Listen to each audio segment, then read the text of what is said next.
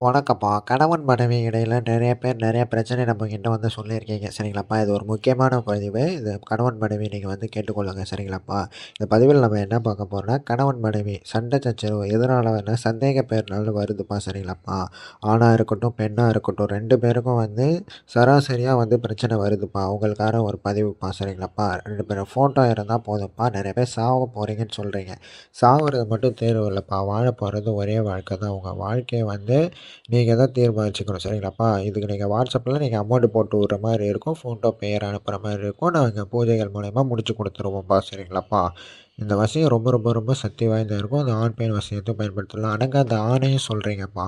ஆணா இருந்தாலும், பெண்ணா இருந்தாலும் விழ வச்சிடலாம் உங்க கட்டில் அறையில. சரிங்களா? வெளிநாட்ல இருப்பவங்கலாம் நெறைய பேர் நம்மகிட்ட சொல்றீங்க.